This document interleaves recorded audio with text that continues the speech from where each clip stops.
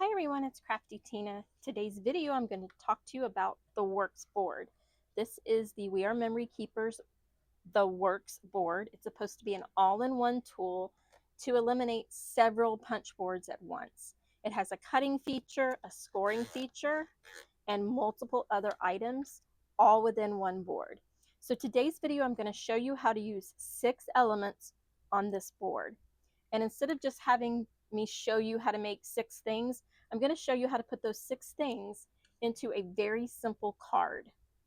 But stay tuned because at the end of the video, I'm going to show you how to take this very simple card, add a few embellishments, and make it a 3D masterpiece. So let's get started. Let's talk about this board. Now, it's compact. It only goes to 7 inches, but it does expand all the way to 14 inches. So I know our cardstock is only 12 inches by 12 inches. However, if you're cutting vinyl, you may want to go past the 12-inch mark.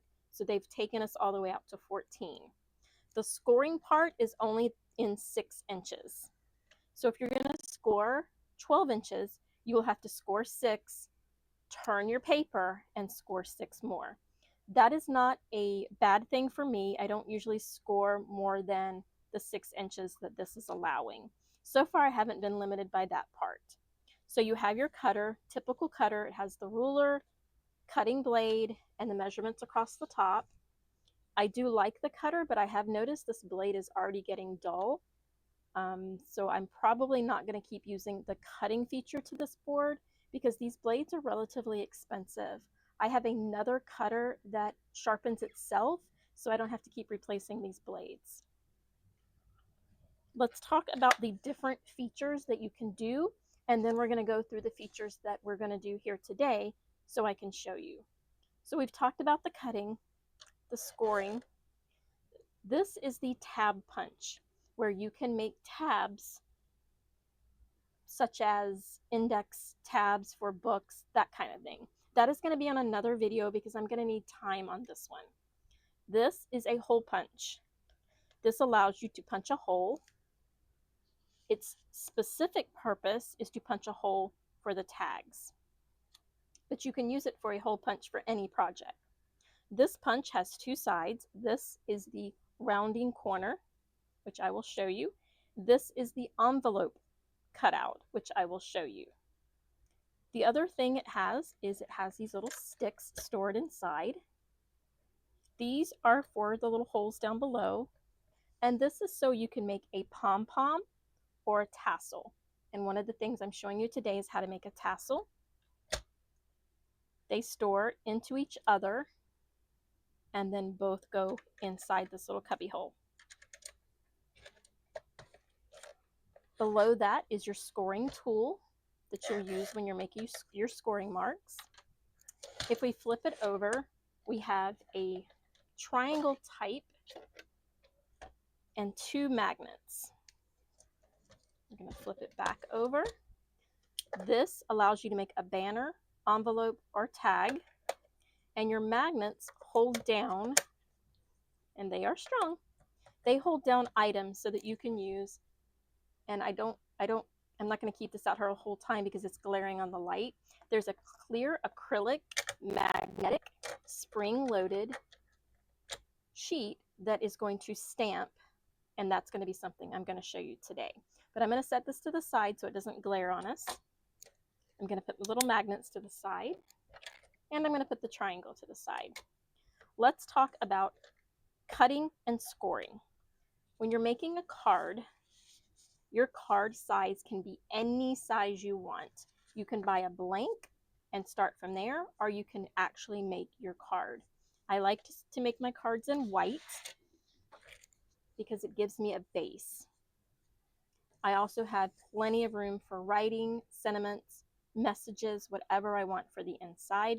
And on the back, you can also put your own little stamp, your own little signature, because this is your little masterpiece. My favorite size card is a 5 by 6.5.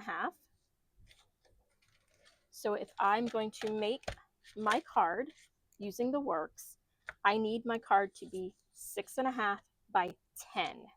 And the reason for that is this is 5 inches and this is 5 inches. So I need it to be 10 by 6.5. So there's not 10 inches this way, but we can get 10 inches this way. So we're going to take it to the 10 line and cut. And then we're going to take it to the 6.5 and cut. And that is our base card. The next thing we want to do is we want to flip this little teal color bar over, put it back in the same hole, and now we have the scoring capabilities. This does not go past, it's nice and lined up. So we're going to put it across the top and across the right hand side, and we're going to score it at 5 inches. Now that we have our score line, we can fold our card, use our scoring tool to flatten the score line, and now we have our base card. Again, you can make this yourself or you can purchase these with the envelopes. This is how you begin a card. This is how I began a card. Sorry about that. Super basic card you see here, but we are going to upgrade the card later, so make sure you stay tuned. This is for everybody beginning, and this is for everybody wanting to know what this board does. This is not going to tell you everything this board does. I wasn't able to fit all of that into one video, so there's going to be multiple videos.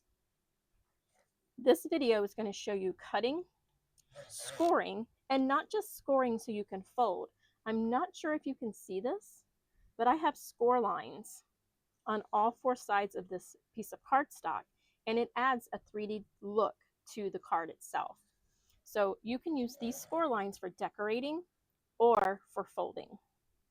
I'm also going to show you how to make an envelope. This is the smallest envelope that this gives directions for. This is a 3 by 3 envelope. It is double-sided paper, so the inside is just as pretty as the outside. Instead of using the envelope to put this inside, which we will make an envelope this size, I wanted a cute little decorative envelope to hold my tags. My tags were stamped with this board and cut out with this board, and I'm going to show you how.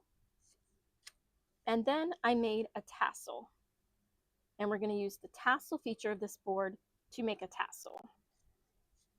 And then I'll show you using outside elements how to upgrade this card. So let's get started. The first thing we want to do is we want to make a background. Just a simple little cute background of a solid color. Doesn't matter what color you go with. If you're struggling to get started making a card, this is my recommendation. Pick a favorite color paper from your drawer, your bin, wherever you get your paper. Pick a piece of paper that I really like this color combination. I like the look of it. This is going to be the start of my card.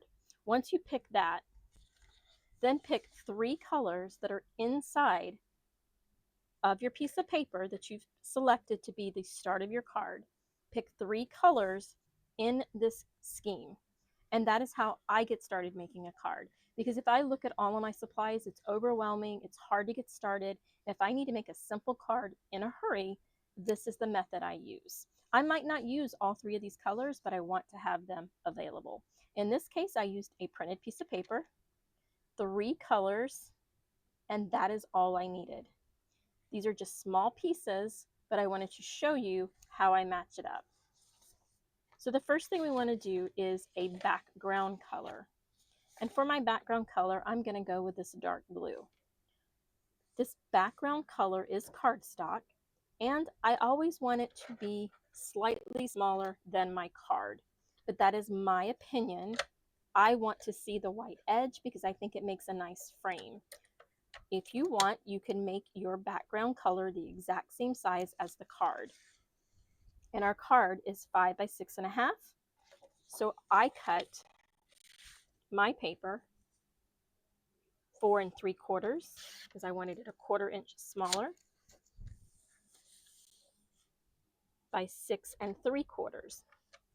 And I'm going to have to open it up to get the 6 3/4. And now, sorry, 6 1/4. This is why you measure twice and cut once. Now my top cardstock has 1/8 of an inch all the way around because it is 1/4 of an inch smaller. And this is how I know my blade is getting old. It's leaving fuzzies, and this cardstock doesn't usually leave fuzzies. You can take a nail file, especially the cardboard paper nail file, and take those off. It's just an added step that I really don't want to have to do.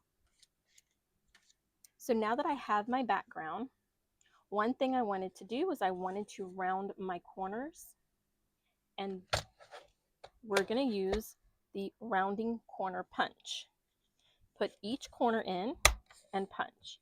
This is a very small rounding corner, like you can barely tell it's rounded, but it gives the actual piece of cardstock a more finished look. And now I have all 4 corners rounded. Now I want to add some score lines to decorate my card. For this card, I did 4 score lines. This time I'm going to do 2 score lines all the way around the outside. You could also do them diagonally, horizontal, however you want to do it. I'm just simply going to do them vertically on all 4 sides. I also am going to do at 1/4 inch. So I did this one at 1/4. Nope, I did that one at 3/8. So I'm going to jump over here and do, let's do 3 3/4. You can do it at 1/4, you can do it at 1/2.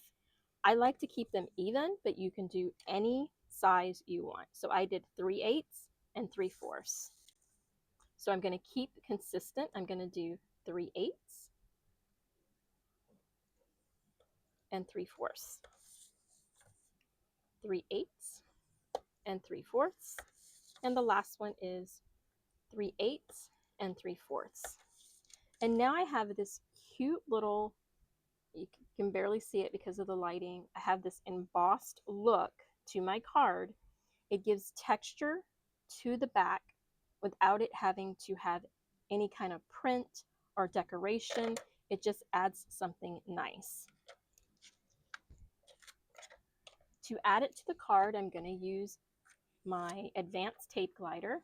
It's double-sided tape. And I'm simply going to put it on all 4 sides and then a little in the center. And I do the center so it doesn't bubble up or pop up if I'm putting something important in the middle. Making sure my fold is on the left, I'm just going to sit this in the center of my card. And now I have a great canvas to start the masterpiece. The next thing I want to show you is how to use the envelope feature. For that, we need the little triangle that gets stored in the back. And we need to know what size envelope we're going to make. We're going to make the 3x3 envelope. The card side is 3x3, so the paper has to be a 5x5. If you're doing your envelope and you want the inside to be as pretty as the outside and not just be white, then you need double-sided paper. And that's what I have here. So I am going to use this section right here for my 5x5. The best part about making an envelope that's smaller and you don't need the whole 12x12 piece is you get to pick what print area you want it to be. So I want this surface here. Because I want this, I'm going to cut my paper 5 by 5. Now this is going to be the outside, so it's going to wrap around, and this is going to be the inside. So it's going to be super cute because of the 2 different sided paper. Don't get rid of your scraps. You're always going to use them. You're going to have a drawer full of them. Trust me. The next thing we need to do is we need to actually make the envelope. On here, our 3x3 card size, so our envelope will hold a 3x3 card. Our paper size was 5x5. Our alignment guide is 2.5, and that's the number you need to know now. You need your scoring tool, and you need to know 2.5.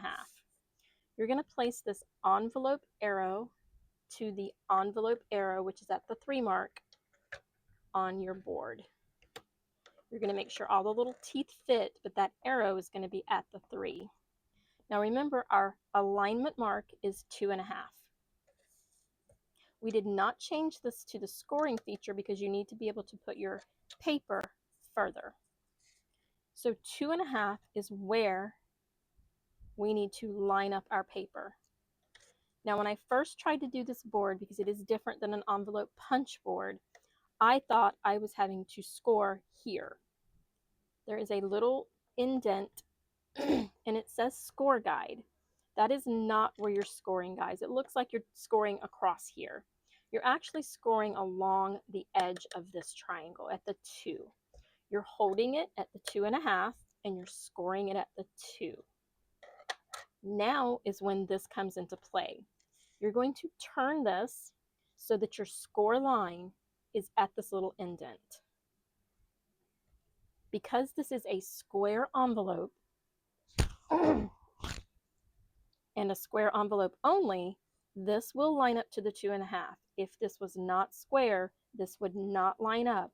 So don't get into the habit of looking at this. You only need that number the first time. Make sure you line it up with the score guide. And you're going to score at the 2. You're going to turn it again using the line you just scored, line it up to the notch that says score guide, go to the 2 and score again. Turning it again, lining up the score line you just did and score at the 2. Now you have, and I'm going to flip it over, well, it's not white on the other side. Your score lines intersect into an X on all 4 sides of the paper. That is very important because now you need to punch each of these little score X lines. So using this punch has a little, I guess, pointing out. Ignore the little red tape, guys. It has this little point and a line. That's important because you're going to line up your score line with that point. The point sticks out. It's basically pointing down the score line. And that is where you're going to punch. You're going to turn it, line it to the next score line, punch. Turn it, line it to the score line, punch. Turn it, line it to the score line, and punch. You're going to have 4 punches where the score lines met each other. With me so far? The next step for the envelope is the rounding punch again. I know we used it on our background, but we're also using it for the envelope. The corner goes in, punch, and you're going to do that on all 4 sides.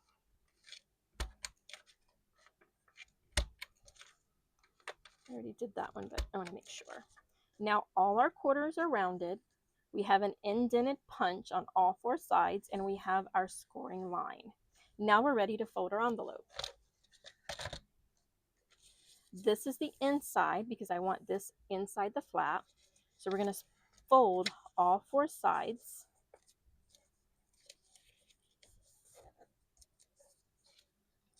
And that is my envelope. If I was using this as a regular envelope, look how cute the other side would have been. It's super cute to use really loud and fully illustrated paper when you're making an envelope because you never know what it's going to end up looking like until you're done. And sometimes it's really cute. The next thing I want to do is I want to glue this to this. And we're going to use the double-sided score tape. We're just going to put it on both sides. We're putting it here and here. Holding these flaps down, we're closing our envelope. And now we have a cute little envelope, but in our case, this is not an envelope, it's basically a pocket. And I am aware that's a lot of navy blue, but it really blends in. This card is very girly, very frilly. Maybe the person you're giving it to is not a flowery, frilly pastel. This could be for a kid or a guy or someone who just isn't into these pastel light pinks. This is a really cool, happy birthday look, and we're gonna get there, trust me. So now I want to put this envelope or pocket onto the card. We're just gonna go around the edges.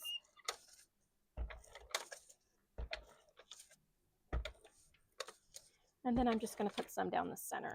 I like to make sure things stick, so we went all the way around and then one little piece down the middle. You can use your score lines. I know you guys can't see them, but I can. You can use your score lines to help you line it up and get it straight. And now we have a card with a pocket. At this point, you could use this card for anything right now. You don't have to put tags in there. You could put a gift card in there, a special little note, flowers, balloons, pretty much anything. Again, we're using basic cards with only our board to see how far we can get. So now let's add a tag. The board itself doesn't tell you what size tags to make. I find that a little concerning because it basically just tells you to trim the paper to desired size. You don't know your desired size because you don't know what your tag's going to look like. My rule of thumb is these are my two favorite sizes, so I'm just going to share them with you guys. This is a 3.5 by 2, and this is a 4 by 2.5. So 3.5 by 2. We're going to cut 2 by 3.5. And then the other size we're going to do is 4 by 2.5.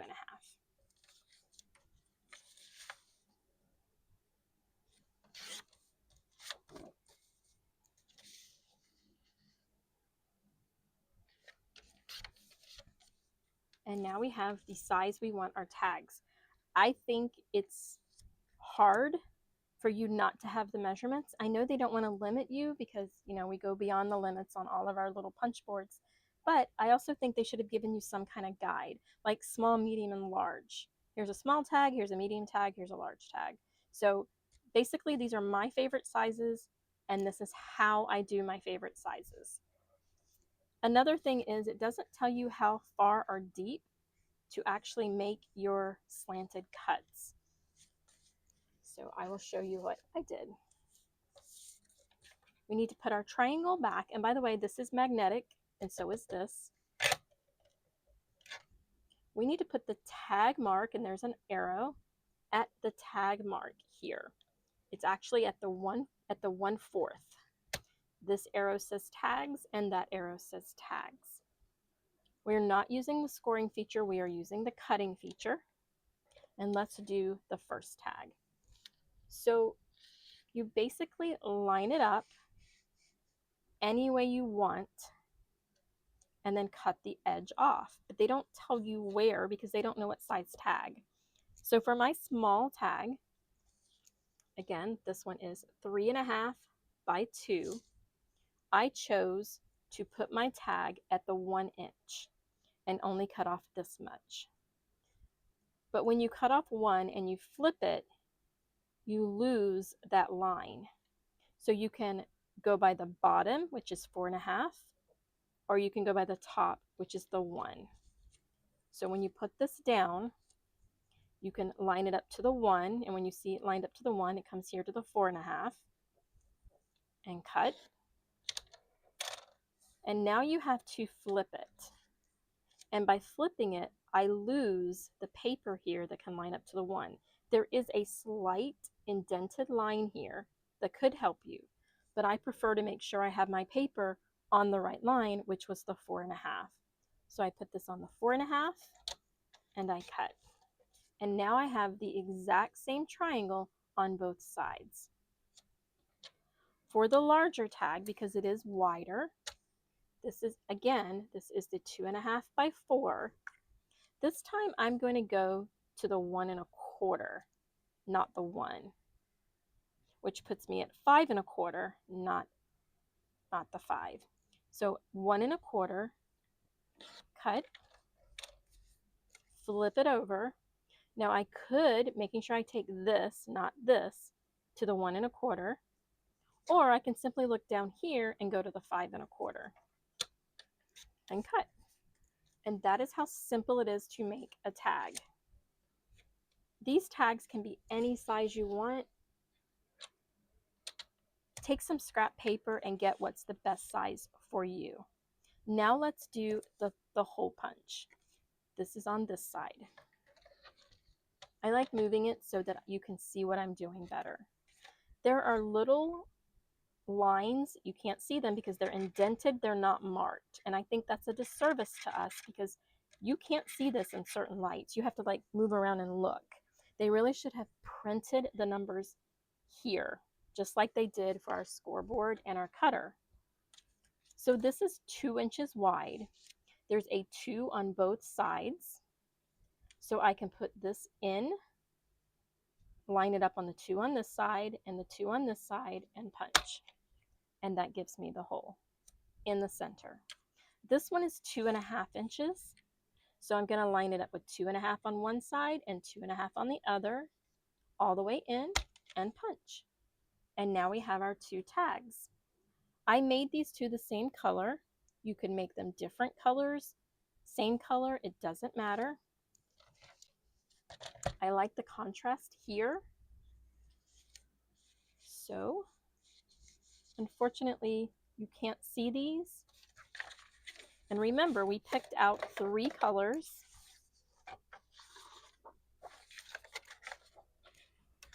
So we're going to make another one. We're going to go, this is the 3.5 by 2. So we're going to cut it to 2. And we're going to go to the 3.5. We're going to put this back on at the tags, and you see how quickly I can do this now. Once you make a tag or 2, you are good to go. And you can see my blade is getting dull. It was not happy with that. I am going to keep going because you guys don't want to sit here and wait. When your blade is dull, pull it up, go to the center, and go center, out, out, so it doesn't catch it. What I'm going to do for this one is we are simply going to not have any scissors handy, so we're not going to worry about it. I will correct that. Now that we have the blue, it looks much better. I'm going to come over here, put it inside, lining it up with the 2, and punch. And now we have our tags. And I have my scissors. So if this happens to you, simply take a sliver off the good side and a sliver off the bad side, and now you have a perfect tag. Much better having the 2 contrasting tags on top of each other. Now let's make the tassel. This was a kind of a cool feature that they added to the board, and I was kind of surprised because tassels aren't usually something you think of with paper crafting. However, if you have been making cinch notebooks, then you have seen how tassels can be added to paper crafting. You get 4 of these little sticks. There's 2 put together. They're the exact same, all 4 of them, so you don't have to worry about having different ones. You're going to place it into any of the holes, and for a tassel, you're going to use 3. 1, you're also going to put 1 right next to it in the very next hole. Your 3rd one gets placed however long you want your tassel. And I'm going to give you a little hint. Make it longer than you think you want and trim it to size. So we're going to go here. I'm going to skip 2 holes and I'm going to put it here. Just set this one to the side. You can use any kind of string. You can use yarn, anything you want to make your tassel. I have a whole shoebox full of this cross stitch thread. So that is what I'm going to use. Now for this, I didn't know what color I wanted. I'm going to do it to the orange one, so I don't want orange. The white one is going to be for something else. I'm going to show you in a few minutes. The blue, let's go with this one because it really matches the paper. And remember, this whole focus was on this piece of paper. It is super easy to make a tassel. You're going to tie it around the bottom one. This is the bottom, the one by itself. You don't have to tie it in a knot. I'm tying it in a knot because I had one pull out. So all you're going to do is wrap around all 3 of the little tubes. The more you wrap, the fuller it's going to be. What you see right now is the whole length of your tassel. So you can have a small tassel or a thick tassel. This right here is how big your tassel is going to be. Let's do a couple more rounds. Once you have enough, leave a tail, because now you need to wrap it around the bottom.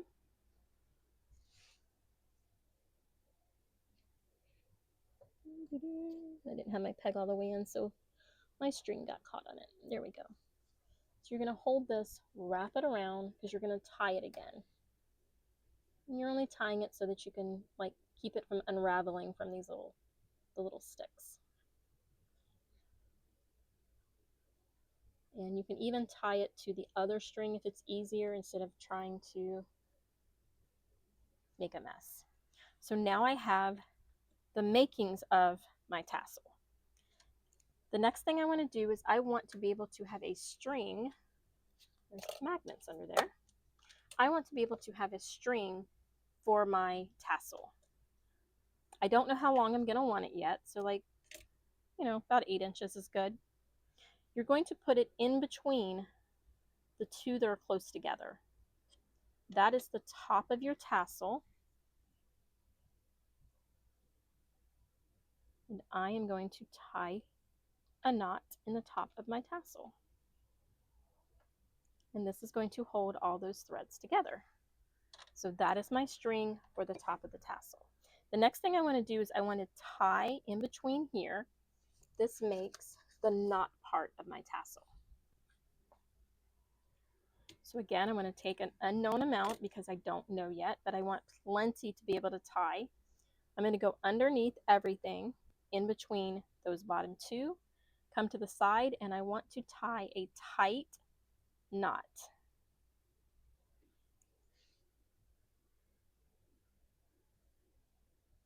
Once I get ready with the next little loop, I want to make sure that that got tightened, and then I am not good tying under pressure. Tight, and then pull. Now I want to take it off at this point, and there's only one string going around. I want there to be multiple strings, so I'm going to take one of my strings and I'm going to go around multiple times, because I want that knot to look like it's really big and thick.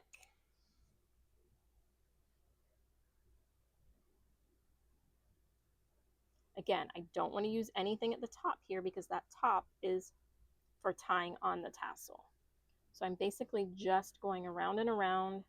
You can use both strings if you want, or just one.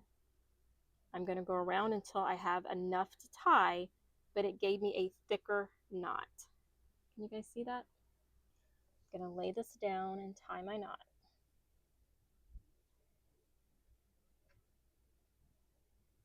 You're going to want to tie that tight.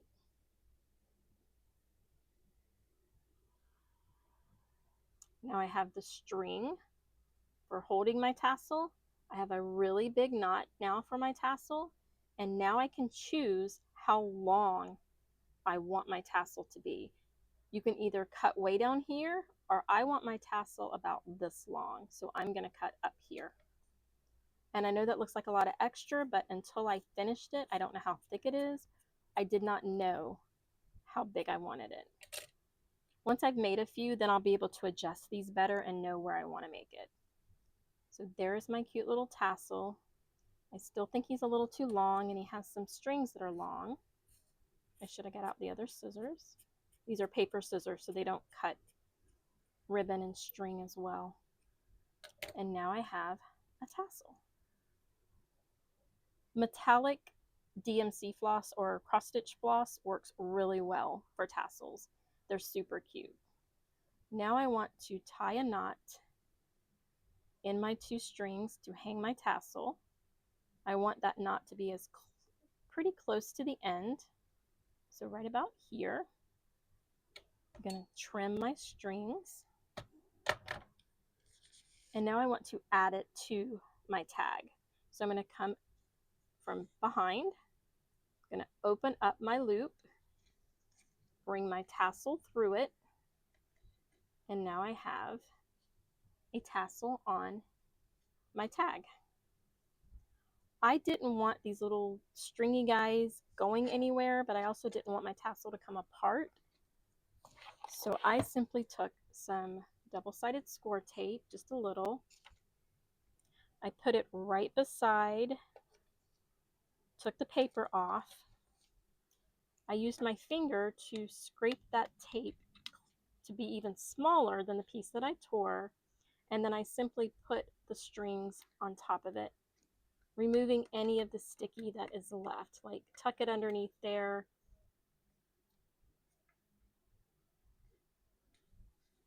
Put as much of the string on the sticky as you can, and that keeps the edges from showing.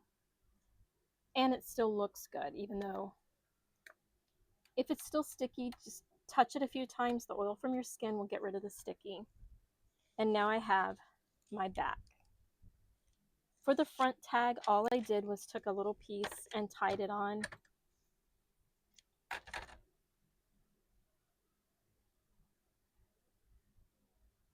I simply made a little knot, bring it all the way closer to the edge. I put my loop through,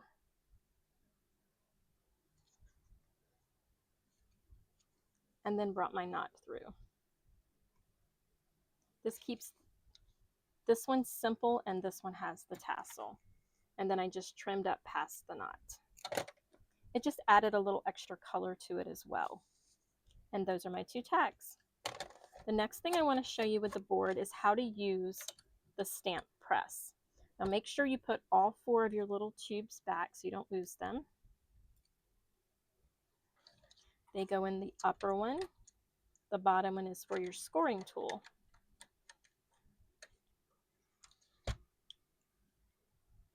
Helps if you put them back together correctly. So that one is for your scoring tool.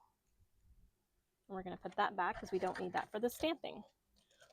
For the stamping, you're going to need the 2 magnets, and you're going to need the board. And I know there's a glare on here, guys. Sorry about that. The only outside element we are using at this time is the stamps. So I have these just cute little sayings. You can use any kind of stamp you want. Anything cute, pretty. If you're doing a birthday card, birthday, sentiment, whatever. Now I should have done this before I added the tassel, and because I've already glued it, I don't want to do anything. So the tassel, I am just going to let it hang outside of my stamping area. I don't want that to be inside this area. So I'm going to actually stamp it sideways instead of right side up. Now these are really cute. It's like, you know, wishing you all the best. Happy holidays. Follow your dreams. They know the way. Any kind of little stamp you want. I'm going to put him right there. These hold your card down so that when you stamp, this doesn't move. This is your, this is the equivalent of having a like acrylic block.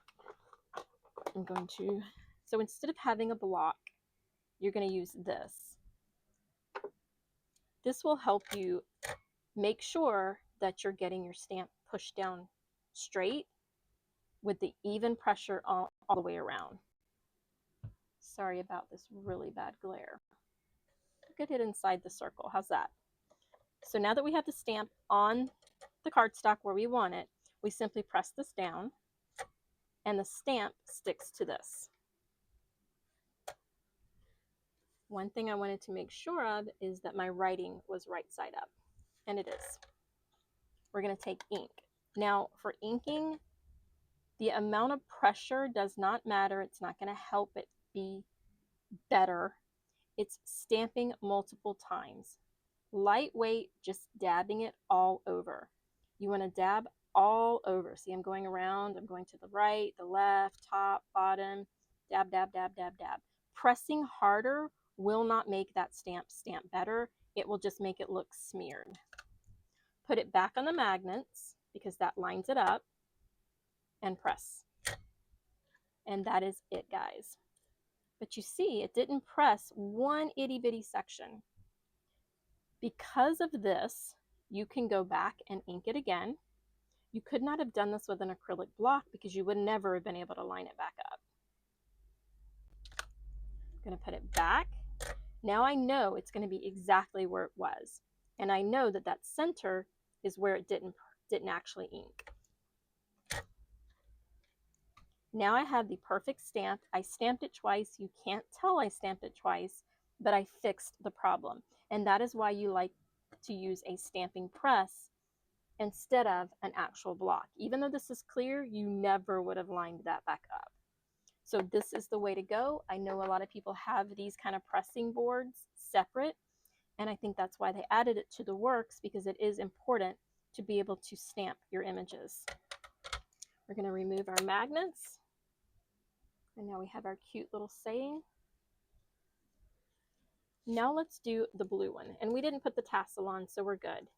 We're going to put the little tag here with the magnets, and let's see what else we're going to say. We are going to say happy birthday. So I'm going to remove this and immediately wash your stamps. I'm not, because I'm doing the video for you guys.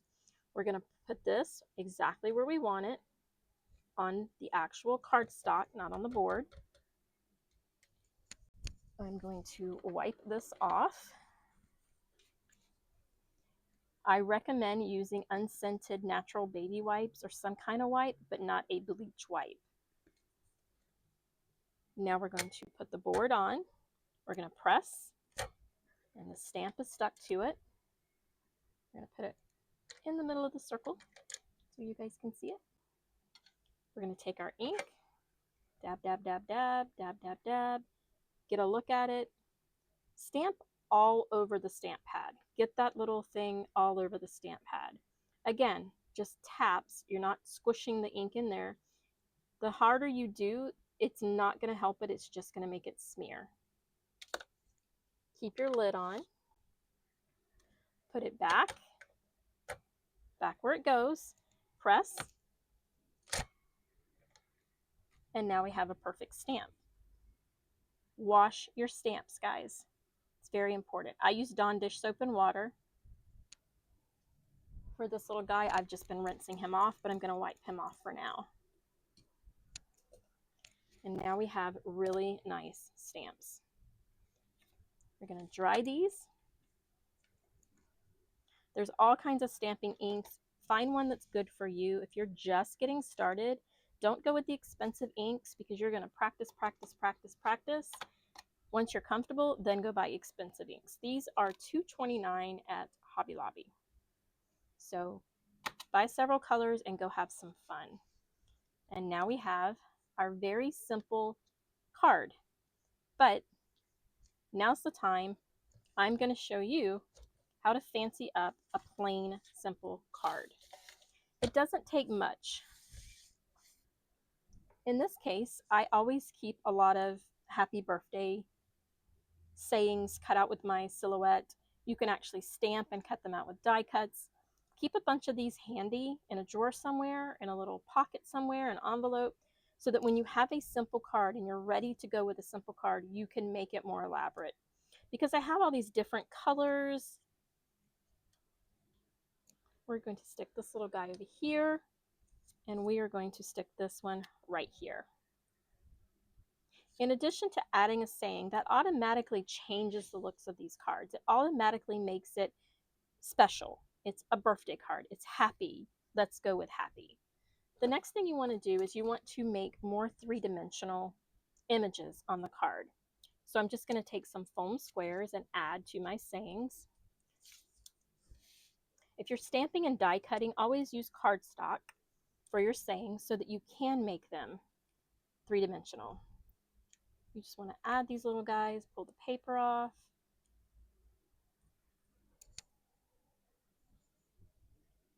Then we're just going to add the little happy birthday banner. Same thing with this one. I chose a very simple, very plain banner for this card because we are going to add more elements to it. And I didn't want happy birthday to be the focus point.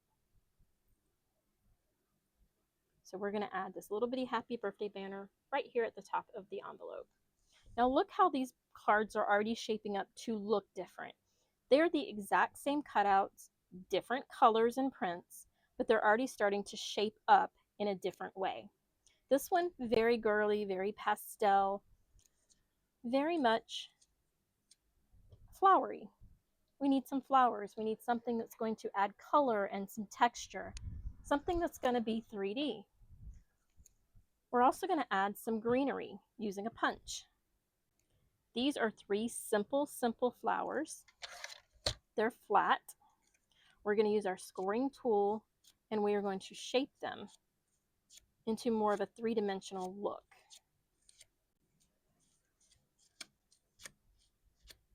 Just by scraping them between your thumb, you're giving them a softer, rounder, not flat look.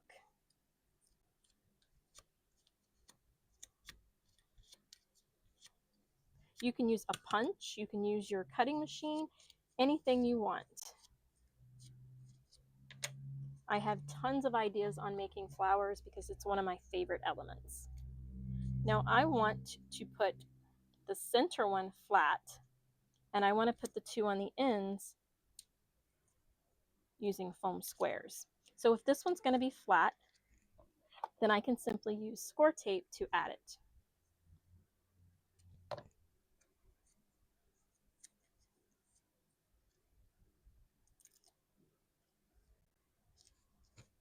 I still want these little edges to stand up, so I'm going to sit here and mash them up a little. We're still going to decorate the center, don't worry.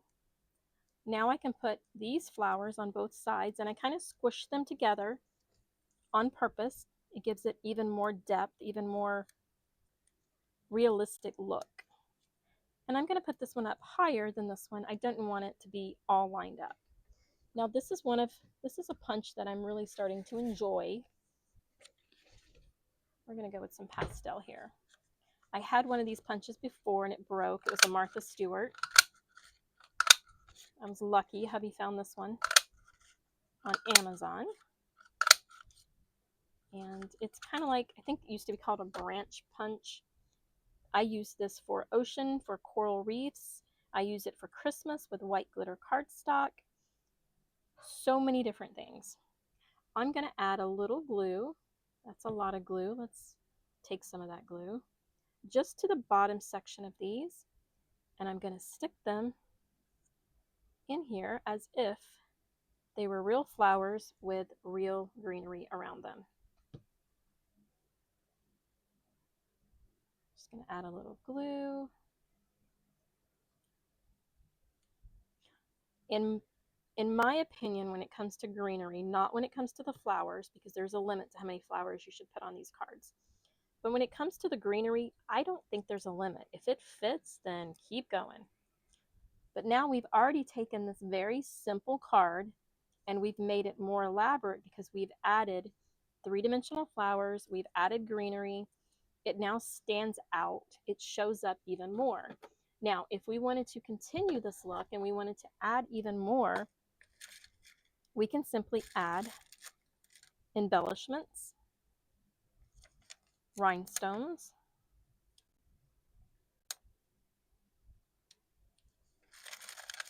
anything we want. And some embellishments are beautiful. Like this is a really, really pretty embellishment. Let's take this little guy off and let's put this one on. You can get these embellishments at any craft store. You can get these embellishments even at the dollar store. This little butterfly is beautiful. It really changes the whole look of these flowers. And all I added was one little embellishment. You can make your own butterfly and stick on there too. You don't have to get a store-bought butterfly. But what do you think, guys? We have changed this card so much that it looks nothing like it did when we started. We have a sentiment, we have our happy birthday, we have flowers, we have rhinestones, greenery. We could even add more greenery. We could add tiny little flowers. We have cute little saying. Your day is going to be amazing. You're going to do great. Another thing you can do is color the little image of the mouse and the flower we put inside, or you can leave it blank. Now let's talk about what if this is not a girly girl card? What if this was for a kid or a guy or someone who's not necessarily going to want flowers? And that can be anyone. What can we do with a birthday card to add something as special as flowers, but not be flowers? Any guesses? What is a birthday without balloons? But I'm going to show you how to make balloons that look like they're floating with strings. So the first thing you're going to want to do, in addition to cutting out extra flowers and keeping them handy with your happy birthday sayings, cut out some extra balloons. Like I had these in a stash. I did not cut these out just now. So I think I'm going to take a yellow balloon and an orange balloon and a white balloon. And I'm going to add these balloons with string and foam squares to make them look like they are floating. I think maybe we'll just go with the orange and the yellow. Maybe the orange here and the yellow here. First thing I want to do is I want to add me a string because it's not a floating balloon without a string. And because I am gluing this one down flat to the card, I can put score tape back there to hold my string. I'm going to put half the score tape down. I'm going to put my string down, straight down the middle, take my paper off, and fold my score tape over so that I've kind of encased my string into that double-sided tape so that it's nice and secure. You don't want the string to fall out and shatter the illusion that it's not a real balloon. Then I'm going to go back and put another piece of score tape to hold my balloon down. And now I can put my balloon right here in the corner of the card, and my string, I have it coming straight down the center of the balloon. And yes, I have it coming off the card for a reason. The next one I'm going to do, I want to add foam. So I am going to put score tape, like I did before. I'm going to put it down, pull half the paper up, or you can pull the whole paper up because it's stuck to your finger. I'm going to add the string to come straight down the bottom, fold over my score tape, get it encased in there really good. I'm going to add some length. And now I want to add the little foam to make my balloon stand up. I want it to be more three-dimensional. So I have my string and my foam tabs. We're going to take the little paper off the foam tabs.